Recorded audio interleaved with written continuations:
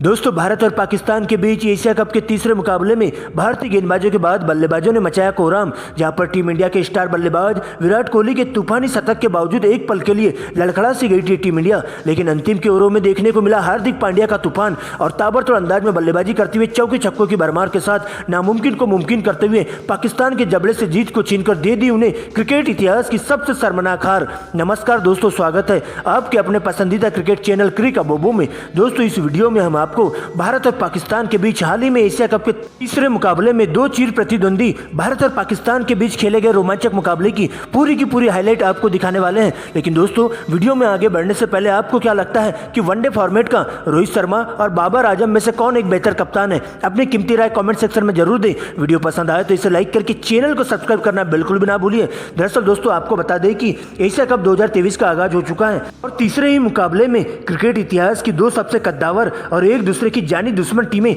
भारत और पाकिस्तान एक दूसरे से दो हाथ करने के लिए भिड़ी थी। जहां पर दोस्तों यह मुकाबला श्रीलंका के कैंडी में खेला जाता है। दोस्तों, मुकाबले में टॉस किया जाता है, सिक्का उछाला जाता है और सीधा पाकिस्तानी कप्तान बाबर आजम के पक्ष में जाकर गिरता है। जहां पर बाबर आजम पुराने आंकड़े और बैटिंग पिच को देखते हुए पहले बल्लेबाजी करने का निर्णय लेते हैं, तो वही दोस्तों टीम इंडिया के पक्ष में गेंदबाजी करने का फैसला जाता है। दोस्तों, इसके बाद पाकिस्तान की पारी की शुरुआत दिलाने के लिए टीम के दो धाकड़ ओपनर बल्लेबाज फखर जमान और इमाम उलक मैदान पर आते हैं, जिनके कंधों पर टीम को ठोस शुरुआत देने की जिम्मेदारी होती है। तो वही दोस्तों, भारतीय टीम के लिए पहले ओवर की गेंदबाजी करने के लिए विकेट टेकर गेंदबाज मोहम्मद सिराज आते हैं। जहां सिराज के द्वारा एक सटीक लाइन लेंथ के तहत गेंदबाजी का नजारा पेश किया जाता है और फखर जमान को अपने पहली ओवर में इनस्विंग और आउटस्विंग गेंद से पूरी तरह से उलझा कर रख देते हैं और इस तरह से सिराज की इस ओवर में 3 सिंगल की मदद से मात्र 3 रन जाते हैं। लेकिन दोस्तों, दूसरे ओवर की गेंदबाजी करने मोहम्मद शमी आते हैं, जहां उनका सामना होता है इमाम उलक से और पहली ही गेंद पर इमाम उलक खूबसूरत सी कवर ड्राइव के साथ 4 रनों से अपना और अपने टीम का खाता खोलते हैं और इसी ओवर की अंतिम पटकी हुई बाउंसर गेंद पर करारा प्रहार करते हुए गेंद को दर्शक दीर्घा में 6 रनों के लिए भिजवा देते हैं। लेकिन दोस्तों, इसके बाद तीसरे ओवर में मोहम्मद सिराज को रिप्लेस करते हुए जसप्रीत बुमराह की एंट्री होती है, जहां पर बुमराह के द्वारा घातक गेंदबाजी का नजारा पेश किया जाता है और आते ही पाकिस्तान पर पूरी तरह से काल बनकर टूट पड़ते हैं। जहां पर तीसरे ओवर की पहली ही यार्कर गेंद पर अच्छी लय में दिखाई दे रहे फखर जमान को क्लीन बोल्ड कर देते हैं, जो कि मात्र 6 रन बनाकर पवेलियन की ओर लौट जाते हैं। तो वही दोस्तों, इसी ओवर की अंतिम गेंद पर इमाम उलक भी 1 रन चुराने के चक्कर में 13 रनों के निजी स्कोर पर रनआउट का शिकार हो जाते हैं और इस तरह से जसप्रीत बुमराह एक ही ओवर में पाकिस्तान की 2 बड़ी मछली का शिकार कर जाते हैं। जहां पर बुमराह का यह ओवर 2 विकेट के साथ साथ 6 रन देकर जाता है। लेकिन दोस्तों, इसके बाद तीसरे ओवर की समाप्ति पर पाकिस्तान का स्कोर 2 विकेट के नुकसान पर 20 रनों तक पहुंच जाता है, जिसके बाद दोस्तों क्रीज पर 2 नए बल्लेबाज कप्तान बाबर आजम और सलामी विकेट कीपर बल्लेबाज मोहम्मद रिजवान की एंट्री होती है और इसके बाद तो दोनों ही बल्लेबाज टीम इंडिया के तेज गेंदबाज मोहम्मद शमी और जसप्रीत बुमराह का डटकर मुकाबला करते हुए चले जाते हैं और कोई विकेट गंवाए बिना सिंगल डबल की मदद से पारी को संभाल कर रखते हैं और देखते ही देखते 50 गेंदों में 51 रनों की अटूट साझेदारी पूरी कर लेते हैं। लेकिन दोस्तों, इसके बाद सबसे पहले 15 ओवर में स्पिन गेंदबाज कुलदीप यादव को बाबर फाइनल की दिशा में जोरदार चौका जड़कर 48 गेंदों में ही अपना 50 पूरा कर लेते हैं। तो वही दोस्तों, अगली ही गेंद पर सिंगल लेकर रिजवान को स्ट्राइक दे देते हैं, जहां पर कुलदीप यादव की अंतिम स्लोअर 1 गेंद पर मोहम्मद रिजवान करारा प्रहार करते हुए गेंद को दर्शक दीर्घा में 6 रनों के लिए भिजवा देते हैं और इस प्रकार से 51 गेंदों में अपना तूफानी अर्धशतक पूरा कर लेते हैं और इस प्रकार से पाकिस्तान का स्कोर 2 विकेट के नुकसान पर 100 रनों तक पहुंच जाता है। लेकिन दोस्तों, इसके बाद दोनों ही बल्लेबाज तेजी से अपने हाथ खोलते हुए ताबड़तोड़ अंदाज में बल्लेबाजी करना शुरू कर देते हैं। जहां पर दोस्तों सबसे पहले 16 ओवर में सर जडेजा की एंट्री होती है और सर जडेजा को टारगेट करते हुए बाबर आजम का विकराल रूप देखने को मिलता है। जहां पर जडेजा के एक ही ओवर में बाबर आजम 2 लगातार कवर ड्राइव और 2 गगनचुंबी छक्कों की मदद से 20 रन कूट देते हैं। तो वही दोस्तों, इसके बाद 25वें ओवर में मोहम्मद रिजवान भी ताबड़तोड़ अंदाज में बल्लेबाजी करते हुए 5वें गेंद में बल्लेबाजी करना शुरू कर देते हैं। जहां पर सबसे पहले हार्दिक पांड्या को अपना शिकार बनाया जाता है और हार्दिक पांड्या की पूरी तरह से लाइन लेंथ बिगाड़ने का काम कर देते हैं। जहां पर हार्दिक पांड्या की एक ही ओवर में मोहम्मद रिजवान लगातार 3 चौके जड़ देते हैं और देखते ही देखते दोनों ही बल्लेबाज अपने अंदाज में बल्लेबाजी करना शुरू कर देते हैं और इस प्रकार से पाकिस्तान का स्कोर 30 ओवर की समाप्ति पर 178 रनों तक पहुंच जाता है। लेकिन दोस्तों, इसी बीच 35वें ओवर की गेंदबाजी करने के लिए टीम इंडिया के विकेट टेकर गेंदबाज मोहम्मद सिराज की एंट्री होती है और आते ही सबसे पहले मोहम्मद सिराज को टारगेट करते हुए दिखाई देते हैं बाबर आजम। जहां पर दोस्तों बाबर आजम के द्वारा तूफानी अंदाज में बल्लेबाजी करते हुए 2 गगनचुंबी छक्के और 2 चौके सिराज को जड़ देते हैं और इस प्रकार से मात्र 115 गेंदों में ही अपना तूफानी शतक पूरा कर लेते हैं। वही दोस्तों, इसके बाद 40वें ओवर में मोहम्मद रिजवान भी तूफानी अंदाज में बल्लेबाजी करते हुए समी को टारगेट करते हुए दिखाई देते हैं, जहां पर शुरुआत की 2 गेंदों में 2 लगातार चौके और अंतिम गेंद पर एक गगनचुंबी छक्का लगाते हुए मात्र 120 गेंदों में ही अपना तूफानी शतक पूरा कर लेते हैं। और इस प्रकार से पाकिस्तान की टीम 40 ओवर की समाप्ति पर 2 विकेट के नुकसान पर स्कोर बोर्ड पर 280 रन बना लेती है। लेकिन दोस्तों इसके बाद 41वें ओवर में एक बार फिर से बुमराह बूम बूम वाली एंट्री करने के लिए मैदान पर आते हैं, जहां पर आते ही पाकिस्तान पर पूरी तरह से कहर बनकर टूट पड़ते हैं और आते ही दोनों ही सेट बल्लेबाजों को आउट कर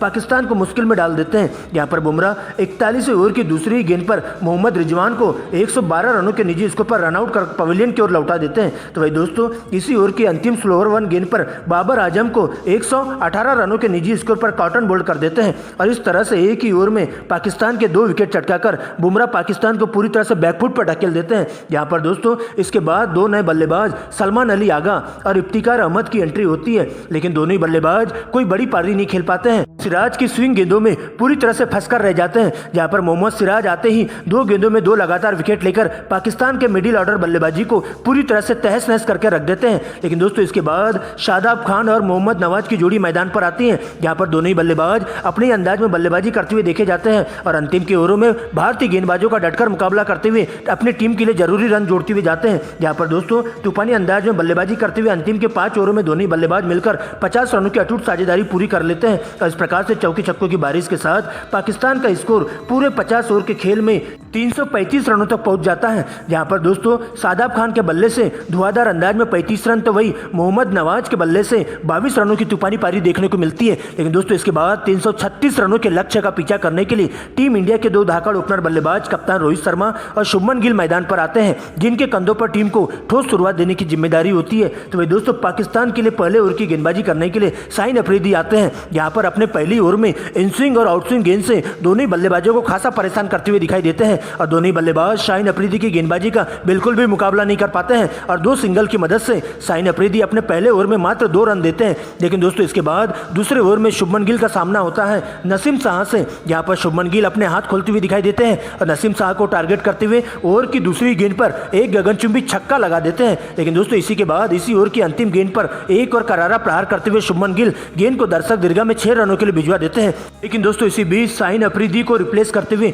पाकिस्तान के सबसे खूंखार और तेज गेंदबाज हारिस रऊफ की एंट्री होती है, जहां पर दोस्तों आते ही सबसे पहले रोहित शर्मा 4 रनों से पहली गेंद पर इनका स्वागत करते हैं। तो वही दोस्तों इसके बाद रोहित शर्मा ताबड़तोड़ अंदाज में बल्लेबाजी करते हुए इसी ओवर की अंतिम 4 गेंदों में 2 छक्के और 2 चौकों की मदद से 20 रन और कूट देते हैं और इसके बाद तो दोनों ही बल्लेबाज अपने अंदाज में बल्लेबाजी करते हुए चले जाते हैं और देखते देखते चौके छक्कों की भरमार लगा देते हैं और इस प्रकार से दोनों ही बल्लेबाजों के बीच में 48 गेंदों में ही 50 रनों की अटूट साझेदारी पूरी हो जाती है और दोनों ही बल्लेबाज टीम के लिए जरूरी रन जोड़ते हुए पाकिस्तान के तेज गेंदबाजों पर पूरी तरह से डटकर मुकाबला करना शुरू कर देते हैं। ओवर की समाप्ति पर टीम इंडिया बिना किसी नुकसान के 60 रनों तक पहुंच जाती है। लेकिन दोस्तों इसके बाद 11वें ओवर में टीम इंडिया के ताबूत में कील ठोकने के लिए नसीम शाह की एंट्री होती है और आते ही सबसे पहले अच्छी लय में दिखाई दे रहे कप्तान रोहित शर्मा को एक बाउंसर गेंद पटककर पुल शॉट खेलने के चक्कर में सीमा रेखा के पास 48 रनों के निजी स्कोर पर कैच आउट करवा देते हैं। तो भाई दोस्तों इसी ओवर की अंतिम गेंद पर सिंगल को डबल में कन्वर्ट करने के चक्कर में शुभमन गिल भी गलत कॉल का शिकार हो जाते हैं और 45 रन बनाकर रन आउट होकर पवेलियन की ओर लौट जाते हैं। लेकिन दोस्तों इसके बाद 11वें ओवर में एक बार फिर से तेज गेंदबाज शाहीन अफरीदी की एंट्री होती है, जहां पर दोस्तों नए बल्लेबाज केएल राहुल को पहली इनस्विंग गेंद पर क्लीन बोल्ड कर देते हैं, जो कि बिना खाता खोले ही डगआउट की ओर लौट जाते हैं। जिसके बाद दोस्तों विराट कोहली का साथ देने के लिए मैदान पर नए बल्लेबाज श्रेयस अय्यर आते हैं और दोनों बल्लेबाज काफी संभल कर खेलते हुए और कोई विकेट गंवाए बिना सबसे पहले मोहम्मद नवाज के एक ही ओवर में 2 लगातार चौके श्रेयस अय्यर के द्वारा जड़ दिए जाते हैं और दोस्तों इसी ओवर की अंतिम गेंद पर फुलटास गेंद पर करारा प्रहार करते हुए श्रेयस अय्यर तूफानी अंदाज में बल्लेबाजी करना जारी कर देते हैं। तो भाई दोस्तों इसके बाद शादाब खान के अगली ओवर में विराट कोहली भी अपने हाथ खोलते हुए दिखाई देते हैं और तूफानी अंदाज में बल्लेबाजी करना जारी कर देते हैं, जहां पर शादाब खान के एक ही ओवर में 2 छक्के और 2 चौकों की मदद से 20 रन बटोर लेते हैं और देखते देखते दोनों ही बल्लेबाजों के बीच में मात्र 45 गेंदों में ही 50 रनों की अटूट साझेदारी पूरी हो जाती है और इसके बाद दोनों ही बल्लेबाज धीरे धीरे अपने अपने अर्धशतक के काफी करीब पहुंच जाते हैं, जहां पर विराट कोहली सबसे पहले 30वें ओवर में एक जोरदार गगनचुंबी छक्का जड़ाकर मात्र 47 गेंदों में ही अपना तूफानी अर्धशतक पूरा कर लेते हैं। जहां पर दोस्तों सबसे पहले दोनों ही बल्लेबाज पाकिस्तान के तेज गेंदबाजों पर पूरी तरह से कहर बनकर टूट पड़ते हैं। तो भाई दोस्तों इसके बाद अगले ओवर में शादाब खान को टारगेट करते हुए श्रेयस अय्यर भी शुरुआत की 3 गेंदों में बैक टू बैक 3 करारे चौके जड़ देते हैं और इस प्रकार से मात्र 49 गेंदों में ही अपना अर्धशतक पूरा कर लेते हैं और इसके बाद देखते देखते दोनों ही बल्लेबाजों के बीच में एक शतकी अटूट साझेदारी भी पूरी हो जाती है। लेकिन दोस्तों इसके बाद 40वें ओवर की गेंदबाजी करने के लिए एक बार फिर से हारिस रऊफ आते हैं, जहां पर पहली फुलटास गेंद पर करारा प्रहार करते हुए गेंद को दर्शक दीर्घा में भिजवा देते हैं, लेकिन दोस्तों इसके बाद शानदार वापसी करते हुए दिखाई देते हैं और इसी ओवर की चौथी गेंद पर अच्छी लय में दिखाई दे रहे श्रेयस अय्यर को 60 रनों के निजी स्कोर पर पवेलियन का रास्ता दिखा देते हैं। इसके बाद दोस्तों विराट कोहली का साथ देने के लिए हार्दिक पांड्या की एंट्री होती है, जहां पर आते ही हार्दिक पांड्या अपने ही अंदाज में बल्लेबाजी करते हुए देखे जाते हैं और मोहम्मद नवाज के एक ही ओवर में तूफानी बल्लेबाजी करते हुए मोहम्मद नवाज की पूरी तरह से लाइन लेंथ बिगाड़ कर रख देते हैं, जहां पर हार्दिक पांड्या मोहम्मद नवाज के एक ही ओवर में 2 छक्के और 2 चौकों की मदद से 20 रन कूट देते हैं और देखते देखते दोनों बल्लेबाजों के बीच में एक अर्धशतक की साझेदारी पूरी हो जाती है और इस प्रकार से टीम इंडिया का स्कोर 45 ओवर में 4 विकेट के नुकसान पर 260 रनों तक पहुंच जाता है। लेकिन दोस्तों इसके बाद सबसे पहले 46 ओवर में विराट कोहली लगातार 2 छक्के और अंतिम की गेंद पर एक चौका जड़कर तूफानी अंदाज में बल्लेबाजी करते हुए मात्र 90 गेंदों में ही अपना शतक पूरा कर लेते हैं। लेकिन दोस्तों इसके बाद 49वें ओवर की गेंदबाजी करने के लिए साइन अफरीदी आते हैं, जहां पर हार्दिक पांड्या तूफानी बल्लेबाजी करते हुए शुरुआत की 2 गेंदों में 2 गगनचुंबी छक्के लगाते हुए मात्र 34 गेंदों में ही अपना अर्धशतक पूरा कर लेते हैं। तो भाई दोस्तों चौथी गेंद में सिंगल लेकर विराट कोहली को स्ट्राइक दे देते हैं, जहां पर दोस्तों अंतिम गेंद पर शानदार वापसी करते हुए साइन अफरीदी विराट कोहली को क्लीन बोल्ड कर देते हैं, लेकिन अंपायर के द्वारा इसे नो गेंद दिया जाता है और फ्री हिट मिलते ही विराट कोहली अंतिम गेंद पर करारा प्रहार करते हुए 6 रनों के लिए गेंद को दर्शक दीर्घा में भिजवा देते हैं। दोस्तों इसके बाद अंतिम ओवर की गेंदबाजी करने के लिए हरीश राव आते हैं और उनका सामना होता है विराट कोहली से, जहां पर टीम इंडिया को अगली 6 गेंदों में 14 रनों की दरकार होती है, जहां पर दोस्तों विराट कोहली तूफानी अंदाज में बल्लेबाजी करते हुए 2 लगातार छक्के और अंतिम गेंद पर एक चौका जड़ते हुए टीम इंडिया को इस रोमांचक मुकाबले में जीत हासिल करवा देते हैं और इस प्रकार से पाकिस्तान के जबड़े से जीत को छीनकर पाकिस्तान को पूरी तरह से निस्तेनाबूद कर देते हैं। इस तरह से टीम इंडिया पाकिस्तान को 5 विकेट से रौंदते हुए शर्मनाक हार दे देती है।